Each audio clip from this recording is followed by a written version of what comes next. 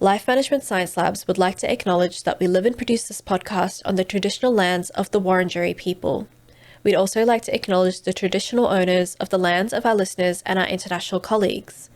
We'd like to pay our respects to their elders, past, present, and emerging.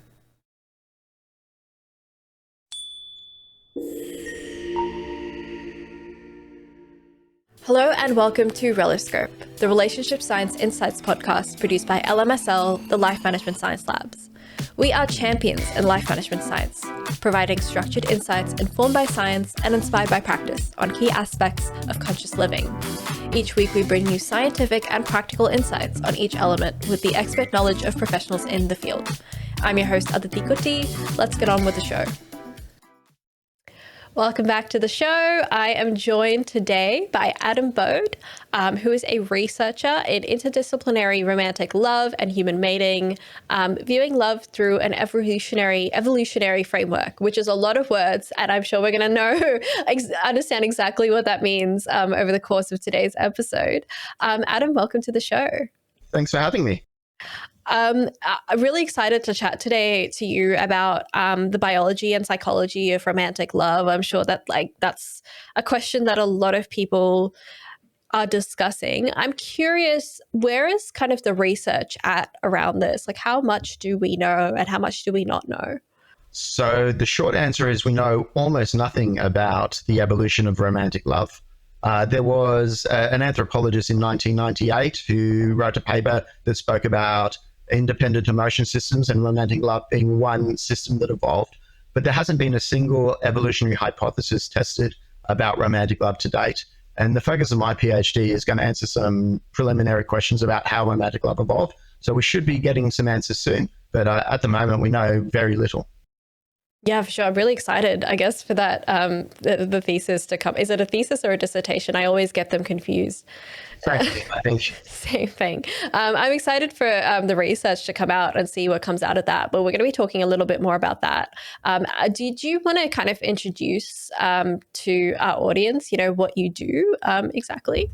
Sure. So I've come a bit late to the research area. I've worked for a fair bit as a public servant and in NGOs in public health. But about 5 years ago, I decided I wanted to take 3 or 4 years out and just do something that I really enjoyed. And I always thought I'd do a PhD and finally got around to doing it.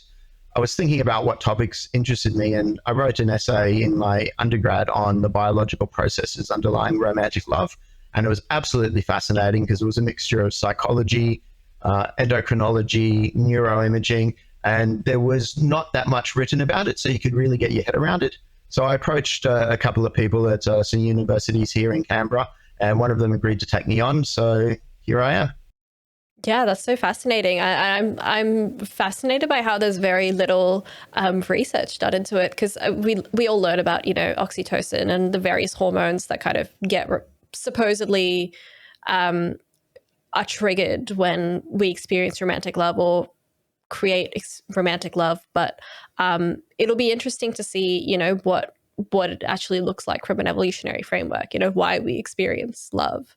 But we'll talk a lot more about that later on in the episode. I wanted to start with our segment called Have You Met Adam Bode, in which I ask you a couple of questions about yourself. Are you ready to answer them? Absolutely. Fantastic. So what is your favorite book? So I have to admit, since I started my PhD, I haven't read a single book for pleasure. And prior to that, I probably only read 1, maybe 2 books a year. So I'm not a prolific reader. But about 15 years ago, twice I read The Picture of Dorian Gray by Oscar Wilde. Absolutely beautifully written. Occasionally goes off on tangents describing the environment, but it deals with dark issues of contrast and morality and deception. It's got twists and turns. It's absolutely amazing. Everybody should read it. Yeah, no, I so agree. Oscar Wilde is one of my favorite writers as well. I just think, even though he's more than 100 years now since he's been published, it's still so gripping. I find his stories. Often with older stories, it's like the language can be a bit dense and it's difficult to get into. Very much so. For sure. What about a movie? Favorite movie of yours? So I'm also not a big movie watcher, but one that really stuck with me was Gattaca, which might be 25 years old now, which is sort of a story. It's unclear if it's a utopian or dystopian story, but it talks about technology and progress and meaning and purpose in life. And I just found that absolutely amazing. And I'm probably going to watch it again soon now that you've reminded me about that. Yeah, for sure. I actually, we had to watch that for our year 9 biology class. I think it was like required learning when we were learning about DNA and that kind of thing. So I remember that movie. What about a podcast you've been listening to lately? So occasionally I might watch a Joe Rogan or a Lex Friedman if there's somebody that particularly interests me. I'm not huge fans of that approch, but sometimes they introduce some really interesting ideas and concepts. But the one I listen to most regularly is a comedian from America called Tim Dillon. He's very irreverent, a bit vulgar at times. It's definitely not everyone's cup of tea, but he's very insightful. He's a good critique of culture and politics and the modern environment. And if anybody's interested in potentially having a laugh, I'd recommend Tim Dillon's podcast. All right, Tim Dillon, one for the list. What about a famous role model that you've looked up to? So I'm not the sort of person that really follows people or tries to model myself after other people. I take bits and pieces from everywhere. But there's definitely somebody that I've been very impressed by that I think would be a good role model for people. And he died quite recently, Father Bob Maguire. He was a Catholic priest. He was despite being a priest, a bit irreverent. He was an iconoclast and he fought for what he believed in. And I think he provides people a good example of how you can have one foot in the tent, but also stir up trouble. So I really think he was a genuinely good man. Yeah, for sure. I know that like a lot of people's lives here in Australia have been touched by his, definitely. And it's a huge loss that he's not with us today. I was quite shocked when I got the news. What is the last course that you completed? So as part of my PhD, I was required to do 2 courses. And the last one I did was called Human Evolution, taught by Catherine Bololia at the ANU. And it was an amazing course that basically ran us through about 8 million years of the evolution of humans and closely related species. It really helped cement my understanding of evolution and develop my understanding of evolutionary theory. Sure. How long did it take you to learn about 8 million years of human evolutionary history? Like all courses, they cram it into about 4 months. Wow. And, obviously, we didn't get everything, but I got enough to really develop an understanding, a basic understanding of what's going on. Yeah, for sure. That's really awesome. Well, thank you for sharing all of that with us. We've gotten to know you a little better now. And now we can move on to, I guess, the main point of our episode today, which is looking into the biology and the psychology of romantic love. I wanted to start very broadly. How would you define a relationship? Sure. So I guess at its most basic concept, it's simply the sum or culmination of interaction between 2 or more people. If you're talking about romantic relationships, it would essentially be the same thing, but I think there would need to be a mating motivation behind both or any number of people within the relationship. So by human mating, it's basically anything to do with reproduction. So that could be not swiping right on Tinder, but probably courting an individual, dating an individual. You could have a committed relationship or be married or in a de facto relationship.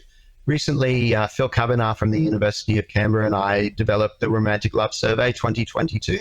And it's the largest survey of people experiencing romantic love in the world. And we categorized romantic relationships into 4 groups. They were dating, committed and not living together, committed and living together, or married and de facto. And I think that's a good way to demonstrate that romantic relationships can take multiple forms. Yeah, for sure. Where does queer relationships kind of fall into this if you're talking about like mating or reproductive kind of purposes? So using an evolutionary perspective, homosexuality is a bit of a conundrum. because most of our theory revolves around the fact that adaptations evolved to promote reproduction or survival, and homosexual relationships tend not to develop offspring, we're a bit unclear. To date, there's only been one study of romantic love and homosexuality, and they found that the neural structures involved in romantic love were the same whether you were straight or gay. I'm currently working on a paper with some very smart people to look at whether sexuality influences the intensity of romantic love, commitment, or how obsessively we think about our partners. We haven't got the data on that yet, but I'll be sure to make that public, and maybe I'll send you an email when that's out, because that might interest some of your readers. No, for sure. I would be so keen to read up on that myself. Even if the readers are not interested, I'm sure the readers will be interested. That sounds really cool. I'd love to know more about that. But yeah, for sure. Do you feel like relationships still hold the same kind of meaning and structure as they did maybe decades ago? So I think the short answer to that is yes, but it's not an unequivocal yes.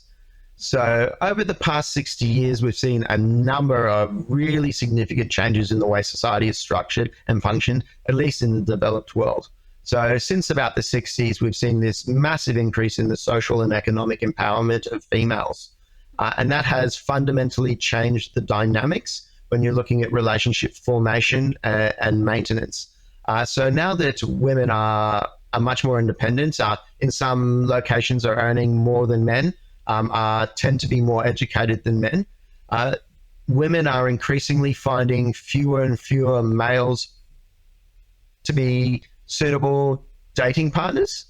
And so this has resulted in an increase in the number of singles at different age ranges.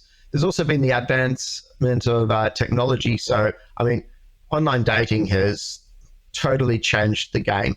And what people are looking for now, at least at the initial stage, is much more superficial. That being said, I would suggest that romantic relationships as we understand them today first started to evolve anywhere between 6 and 8 million years ago. The functions they serve, the general purpose they serve in reproduction has been relatively stable across that time period. And while they may look different today than they did in the 1960s or 50s, I think generally they serve the same purpose of binding two people together so that we can have an easier and more enjoyable life. For sure. What exactly is romantic love? Like how do you define romantic love in itself? Sure. So there's been a number of attempts to define romantic love. I come at it from a biological perspective, and in 2021, Jeff Kushnick from the ANU and I wrote a review of the biology of romantic love, and it included a new definition that we propose. It's a bit not convoluted, but it's a bit long, so I'll walk through each step as we go. So it's essentially a motivational state associated with a desire for long-term mating. So it guides our behavior and it makes us do certain things for the purpose of establishing a long-term relationship. It's associated with a range of social, genetic, hormonal, and neurological activity. So there's a whole range of, well, not as many studies as you might think, but there's a number of studies looking at the biology of romantic love. And we can see that it manifests in a particular way in the brain, in the body, and psychologically as well. It's associated with a range of cognitions, emotions, and behaviors. So all the psychological processes are involved. And it can serve a range of reproductive functions. So mate choice, which is basically choosing our partner that we want to spend a long time with. Courtship, sometimes we fall in love with people we're not in a relationship with, and it promotes us pursuing that person. It plays a role in sex. People who are in love have a lot more sex than people who are not in love. And it also serves a pair bond formation role, which is basically building the relationship between two people so they can establish a long-term relationship. It is a suite of adaptations and byproducts. So it's quite complicated and complex. It's not just like a single behavior, and it evolved relatively recently in human history. It Right. What do you, sorry to interrupt. Like, what do you mean by relatively recently if we're talking about like 8 million years or so? Yeah, so 6 to 8 million years ago. You've got to remember mammals have been around for about 200 million years. Humans have been around for the vicinity of hundreds of thousands of years. Um, Homo sapien has been around for the vicinity of hundreds of thousands of years. And there was a progression from about 6 million years ago, give or take, till modern humans, where this suite of adaptations and byproducts was evolving. I'll just would like to add, though, romantic love is most commonly associated with the early stages of a romantic relationship, but it most definitely exists in the absence of a romantic relationship. Lots of us have experienced unrequited love for someone who just wasn't interested in us, and it can be devastating. It can also exist for many years and even decades. It's a phenomenon called long-term romantic love, where people have been married for decades, are still passionately, really intensely in love with their partner. Right. Yeah. No, I mean, I can't relate, but I'm sure that that's wonderful for the people who can experience that. What what happens to our brain and our body when we experience romantic love? So we're not absolutely sure. So to give a bit of context, there's been 43 biological studies of romantic love to date. The first one in, I think, 2000 or 2001 by Bartels and Zecchi, where they took an image of the brain of people who were in love and compared it with people who were not in love and found differences in activity. Essentially, there seems to be an upregulation or a downregulation of a variety of systems. So we know most about the neural activity, and it seems that there are changes in activity in regions related to reward and motivation, to emotions, to sexual desire, and to social cognition, as well as some higher order activity. Most of those regions I discussed are actually quite low and evolutionarily old.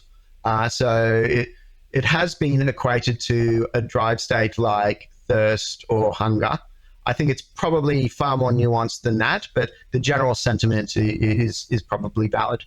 Physiologically, we're much more uncertain. So endocrinological studies, so testing hormones from blood or saliva, are notoriously noisy. And there haven't been enough studies to really get a firm understanding of what's going on there. But there seems to potentially be some implication that serotonin is involved or testosterone is involved, which may play a role in increased sexual appetite. And another neurohormone called nerve growth factor, which is associated with plasticity, which probably makes our brain flexible and allow to undergo all these changes. Physiologically, there's arousal associated with romantic love. So we've got a little bit more energy. And when our loved one touches us, sometimes we gasp with awe or have some sort of really intense response. But we really don't know too much. I guess I like studies like yours and others kind of will help fill in those gaps that we currently have in the research.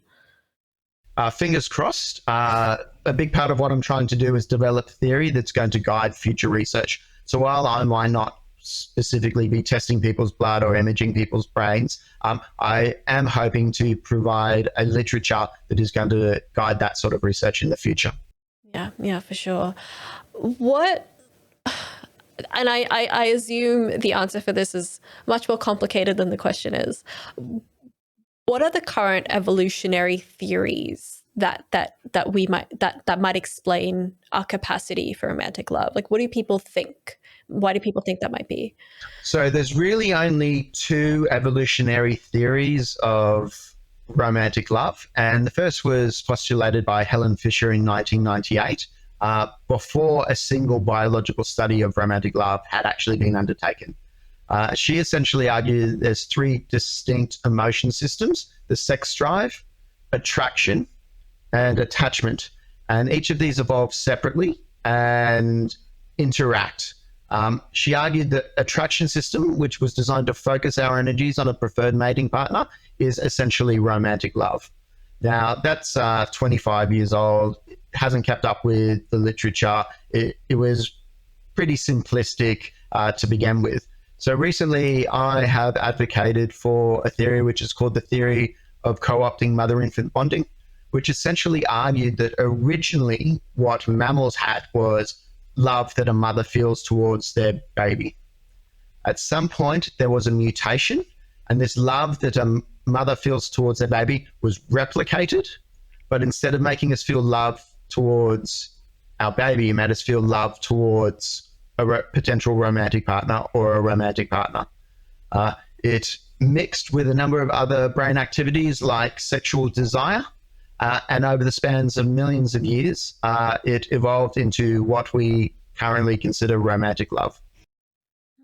I guess that kind of makes me wonder, the love, I guess, what is that, filial love between a mother and a child? Does that look the same biologically to romantic love? What is the difference? So there are some similarities, and there's actually been a number of studies looking at maternal love and romantic love and comparing them. And there's in fact been two things called meta-analyses, which is when a study pools a whole group of other studies together and gets sort of like, not technically, but roughly the average of what's going on. So we get a good evidence base. And there was recently one done by Shelley Shi and colleagues in Taiwan that compared, I think, 9 or so neuroimaging studies, and they found one primary similarity, which was activity in the left ventral tegmental area, which is a region very low in the brain that plays a big role in reward and motivation. There have been a number of other studies that have found a number of other similarities between maternal love and romantic love, and these involve deep structures involved in reward and motivation that are associated with both dopamine and oxytocin activity. What I guess, kind of talking about maternal love and also bringing in other kinds of love like platonic, familial, all of those forms, like is there any research on, I guess, the evolutionary reasons for those as well? So an Oxford evolutionary anthropologist named Anna Manchin, I think I'm pronouncing her name correctly, has recently written a book called Why We Love, which talks about love generally, different types of love. There's 7 or 8 different types that she goes into. Love for our pets, for example, is one that she spends a whole chapter on, essentially. And she argues that all types of love served a role of promoting survival. So if we love our friends, it's because our friends will support us when we need them. We will cooperate and we will benefit as a group. We love our family because we will do the same things and support them. And they share genes with us, so they're going to reproduce. So we have strong familial love.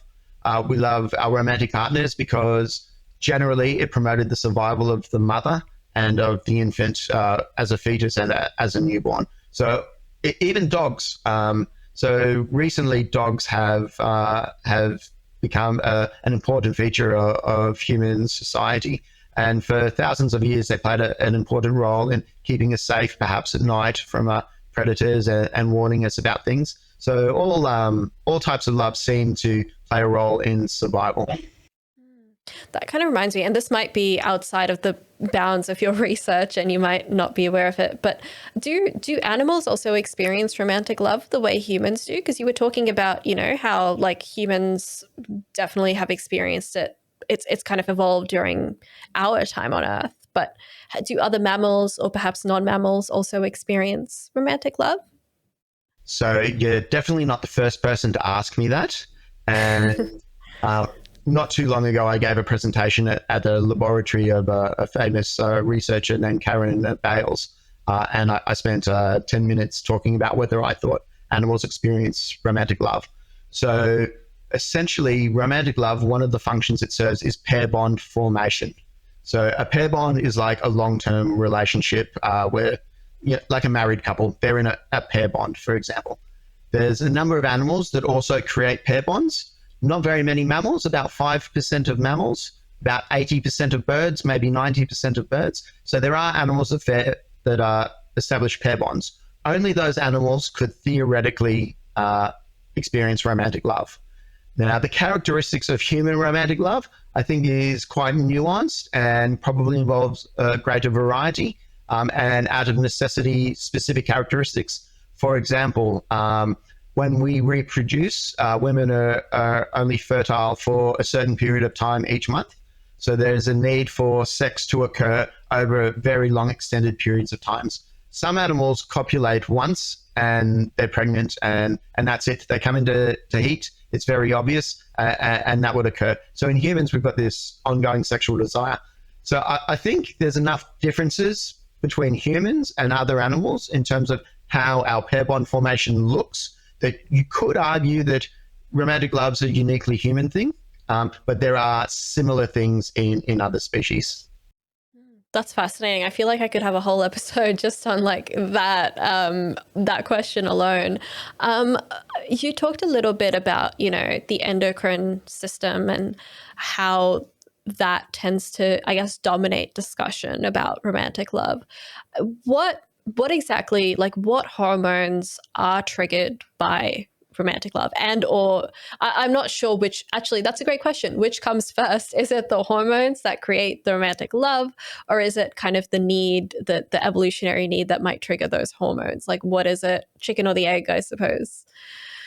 Sure. So the short answer is we don't know for certain, but we know from decades of research in other social processes that neural activity results in certain behaviors or cognitions or emotions. That being said, the experience of romantic love probably has some sort of feedback loop that reinforces this. So if dopamine is promoting me to engage in interactions with the person I love, and my loved one then engages with me, that also triggers dopamine, which might reinforce it.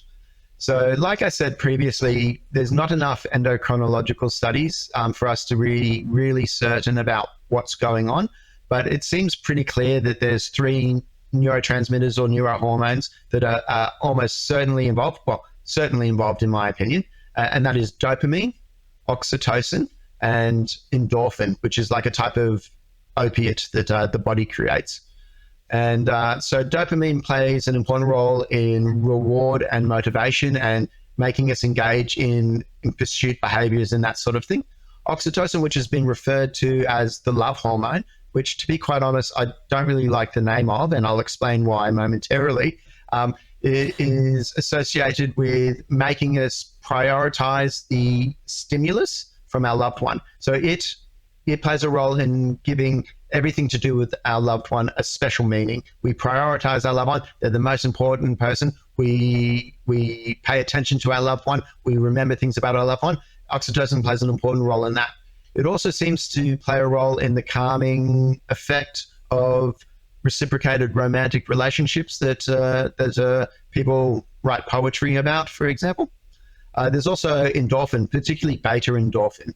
And that is associated with the formation and maintenance of, the formation of these pair bonds that occur. So I've spoken to people who have experience with heroin, for example, and a number of people with heroin use issues describe their relationship with heroin like falling in love with the drug.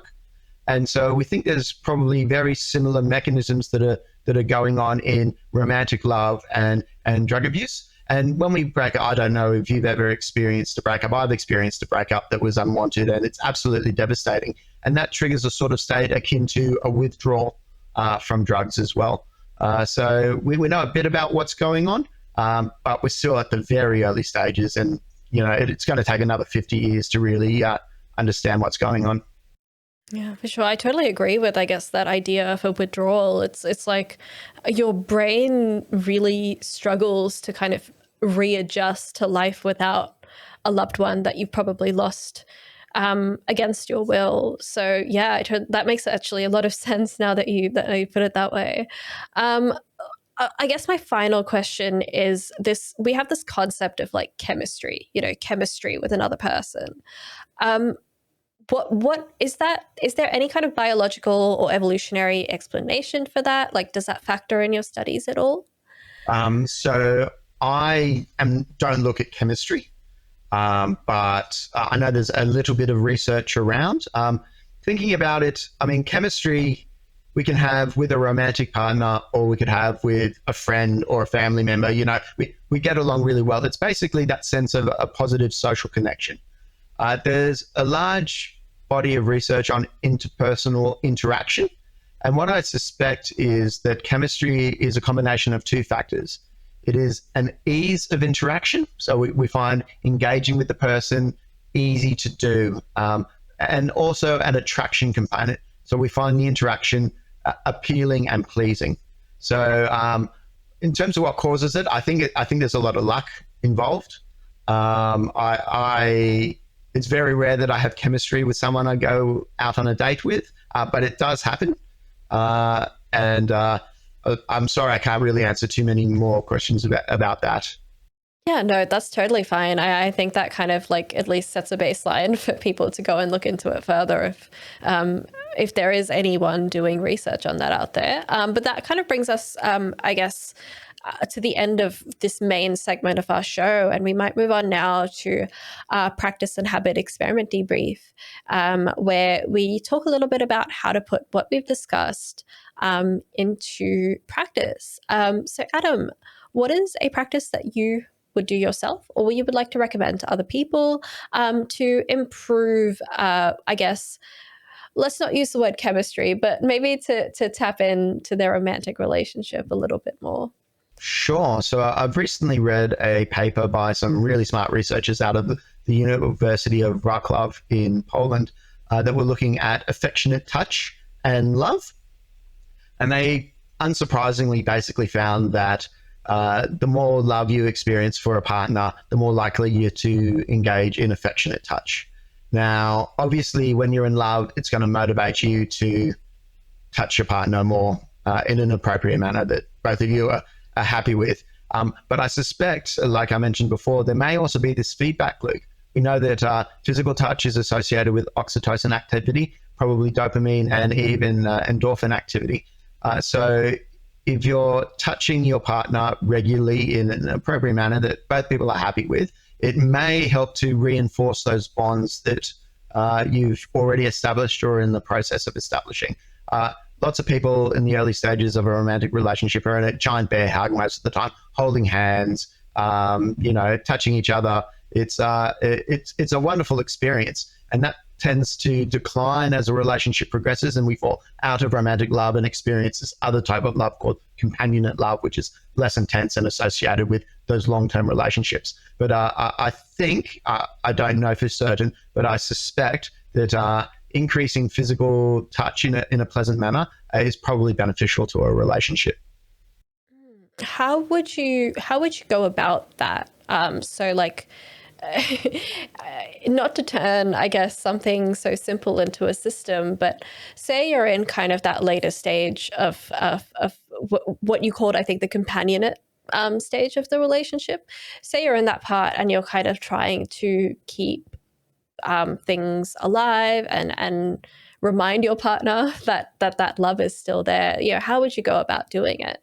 Sure. So a stereotype of the companionate love that we experience is two people who have been together for many years, sitting on a couch together, watching TV.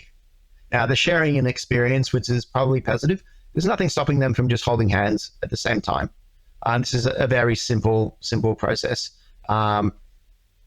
Putting in conscious effort to pat or gently caress the arm of somebody when you're talking to them are little things that I think could possibly improve this. But I think holding hands is probably the simplest way that we could do it. Mm-hmm.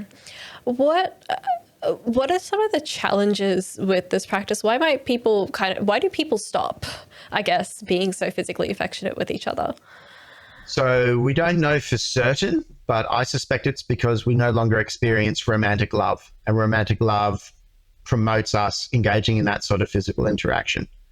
It may have evolutionary roots in grooming behaviors that some of our chimpanzee and related ancestors do.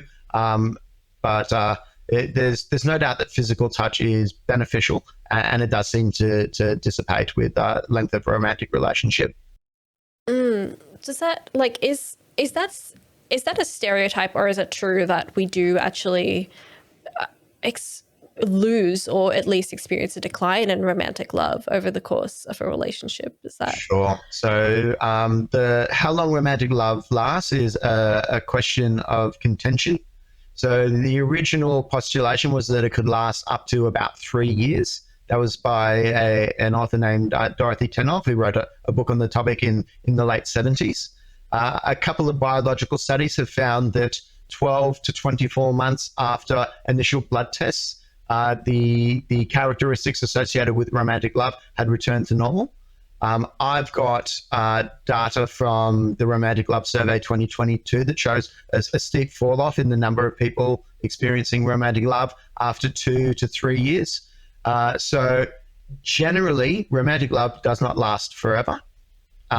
It transitions into companionate love, which is just as valid and just as important, if not more important, in romantic relationships. But this concept of long-term romantic love is relatively rare. That's really fascinating, actually. It's kind of, as someone who kind of struggles a lot with romantic relationships personally, it's kind of comforting to hear that like romantic love isn't meant to be permanent, or for the majority of people, it's not kind of a permanent thing. It is meant to drop off after a while. Um, Based on your experience, is there anything that you would combine with physical touch to perhaps maybe enhance that practice? Shared activities are a wonderful way of keeping both parties interested, not necessarily in each other, but interested in engaging in ongoing activities together. Shared experiences, we know, are an important part of the story of a romantic relationship. There's a number of activities that can be associated with physical touch, sports or dancing. I swing dance, and that's a great way of having physical contact with somebody in a healthy pro-social way.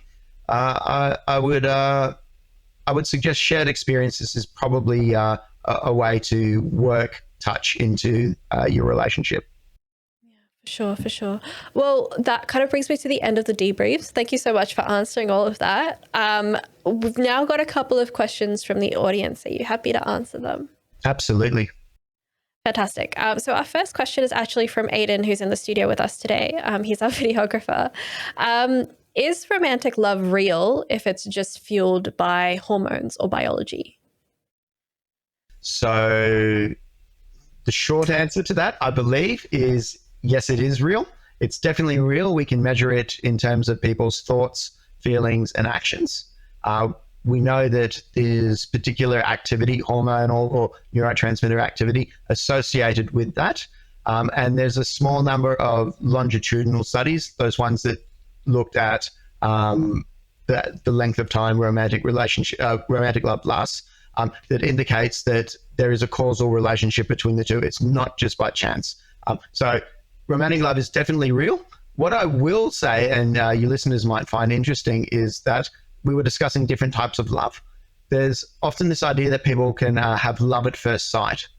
Now, I would actually argue that's not romantic love at first sight. That's just a really strong attraction, and that the hormones involved in romantic love need to catch up and often build out of that initial infatuation, if you will. But it can happen. It can happen.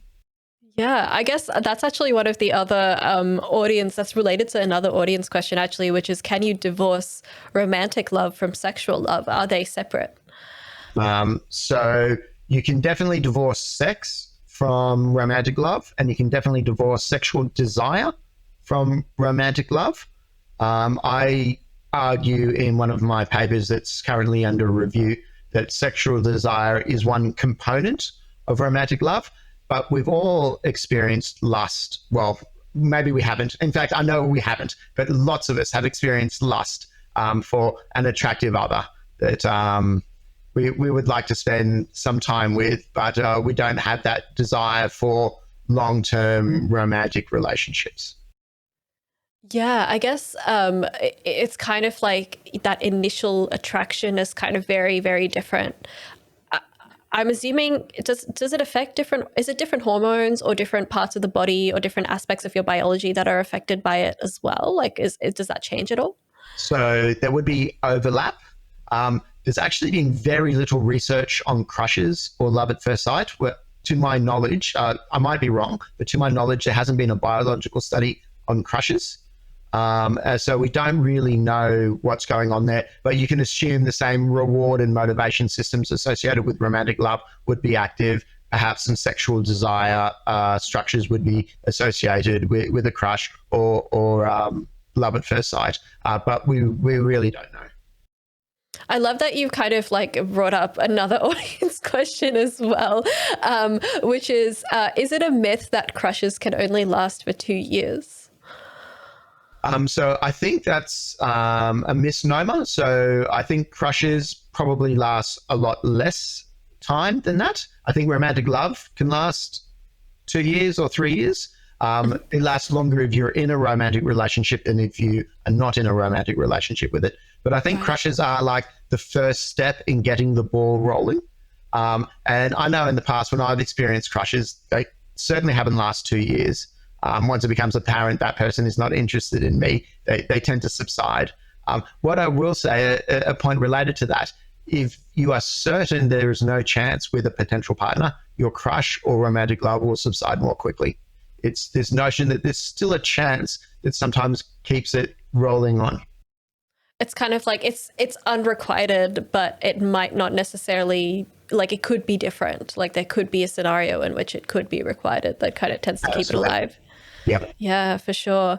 Final audience question, and this is a bit of a long one. Is it possible to experience romantic love for absolutely anyone? I read somewhere that if you're in a situation where you know everything about a person, it's much easier to fall in love with them regardless of their personality. Right. So I don't think we can fall in love with absolutely everyone. If that were the case, it would probably be a lot easier to find dates and partners on Tinder. I think the success rate on Tinder is not as high as some people might suggest. So we do know that intimacy is one of the psychological components of romantic love.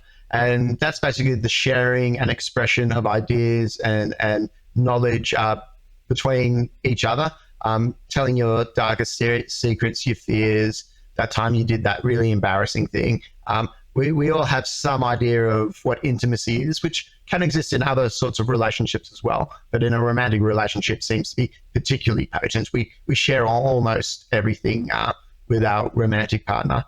And so knowing more about someone might promote you falling in love with them more easily, if those are the things that your brain and body want to hear.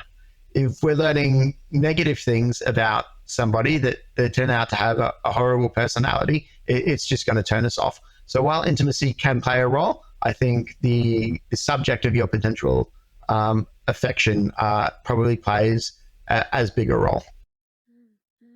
I got a personal follow-up question to that, which is, how much does stuff like personality affect how we attract? I know personality is one of those debated concepts as to, how solid that is and how real that kind of study is. But, how much does a person's character affect our ability to experience romantic love for them? So a famous romantic love researcher named Arthur Aaron and some of his colleagues in a number of studies have looked at the precursors to romantic love. And personality is consistently found in those studies to be an important factor in why we fell in love with someone.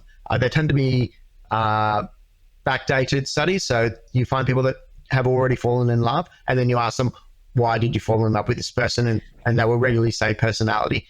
That being said, it's hard to predict what personality characteristics you're going to fall in love with. So there's this concept in the evolutionary literature on mating called assortative mating, which generally says that people tend to mate with people that are somewhat similar to them. So we mate on the basis of intelligence, education level, physical attractiveness. We tend to mate generally with people that are somewhat similar with us. That evidence doesn't seem to exist for personality. So while personality appears to be important, we can't say that you're going to be attracted to a particular sort.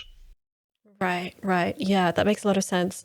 That does bring me to the end of the audience questions. I really wish that I feel like there are so many questions that those answers have prompted, and I wish we had the time to go into them. But I might now move on to our open mic segment, where I let you have a mini TED talk about whatever you feel was important to address at this time.